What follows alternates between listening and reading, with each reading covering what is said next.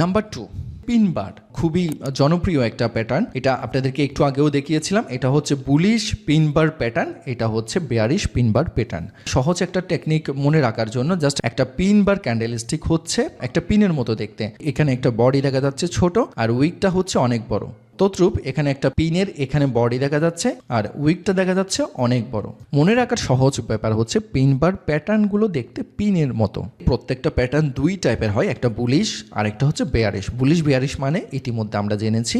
একটা ডাউন ট্রেন্ডে যখন আপনি এখানে একটা পিন বার ক্যান্ডেলস্টিক পেলেন, এখান থেকে কনফার্ম হতে পারেন প্রাইস রিজেকশনের কারণে এটা একটা সেলারের কন্ট্রোলে ছিল ডাউন ট্রেন্ডটা, এখান থেকে আবার বায়ার্সের কন্ট্রোলে চলে এসেছে, মানে এখান থেকে বাই এন্ট্রি নিতে পারবেন। কার মাধ্যমে আপনি কনফার্মেশন পাচ্ছেন? পিন বারের মাধ্যমে। পিন বার প্যাটার্ন দেখার পরে আপনি কনফার্মেশনটা পাচ্ছেন। সেম বেয়ারিশ পিন বার দেখার পরেও যখন মার্কেট আপ ট্রেন্ডে থাকবে, আপ ট্রেন্ডে থাকার পরে পিন বার দেখার পর আপনি কনফার্মেশন পেলেন এখন ডাউন ট্রেন্ডে যাবে, মানে বায়ার প্রেশার এখানে ক্লোজ হয়ে গেল, সেলার প্রেশার স্টার্ট হয়েছে, সেক্ষেত্রে এখান থেকে সেল নেওয়ার জন্য আপনি প্রস্তুত হতে পারেন। এটা এক্সাম্পল দেখার আমরা চেষ্টা করি। ডাউন ট্রেন্ডের মার্কেটে এখানে একটা পিন বার ক্রিয়েট হয়েছে। এই পিন বারের মধ্যে এটা ওপেনিং প্রাইস ছিল, এখান থেকে সেলার প্রেশারে হয়েছে, সেলার প্রেশারে কন্টিনিউ করতে পারেন, এখান থেকে রিজেকশন দেওয়ার পরে এখান থেকে বায়ার্সরা বাই নেওয়া শুরু করেছে বায়ারের প্রেশারের কারণে, এইখানে এসে ক্যান্ডেলটা ক্লোজ হয়। তার মানে আপনি বাইয়ের জন্য প্রস্তুত হতে পারেন। তবে আমি আপনাদেরকে সাজেস্ট করব সাথে সাথে আপনি বাই এন্ট্রি নেবেন না, একটু অপেক্ষা করবেন। অপেক্ষা করার পর এর পরের ক্যান্ডেলটা কী রকম বিহেভিয়ার আপনাকে দিচ্ছে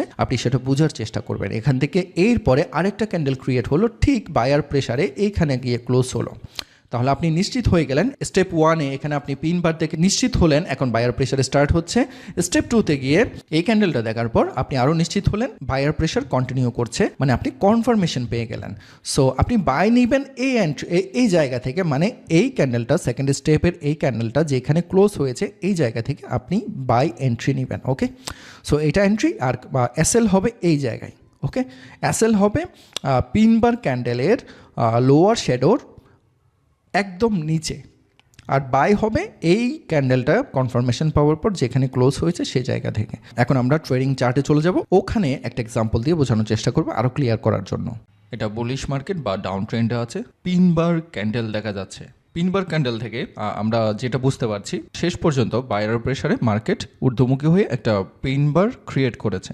আমরা নেক্সট ক্যান্ডেলের জন্য ওয়েট করব, আমরা আদৌ এন্ট্রি নিব কি নিব না। সো আমরা নেক্সট ক্যান্ডেলটা একটু দেখি।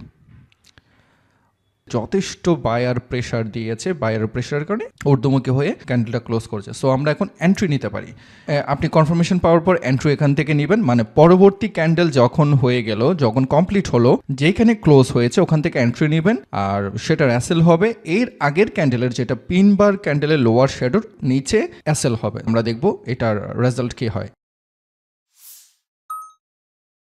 শুধুমাত্র পিন বার ক্যান্ডেলের উপর ভিত্তি করে বায়ার প্রেশার সেলার প্রেশার একটা কম্বিনেশন করে একটা এন্ট্রি নিলে যথেষ্ট প্রফিট হয়েছে, যেটা রেশিও হয়তো 1:3 অথবা 1:3 এর বেশি থাকে। পিন বার ক্যান্ডেলস্টিক নিয়ে আশা করি আমাদের মনে আর কোনো প্রশ্ন থাকলো না।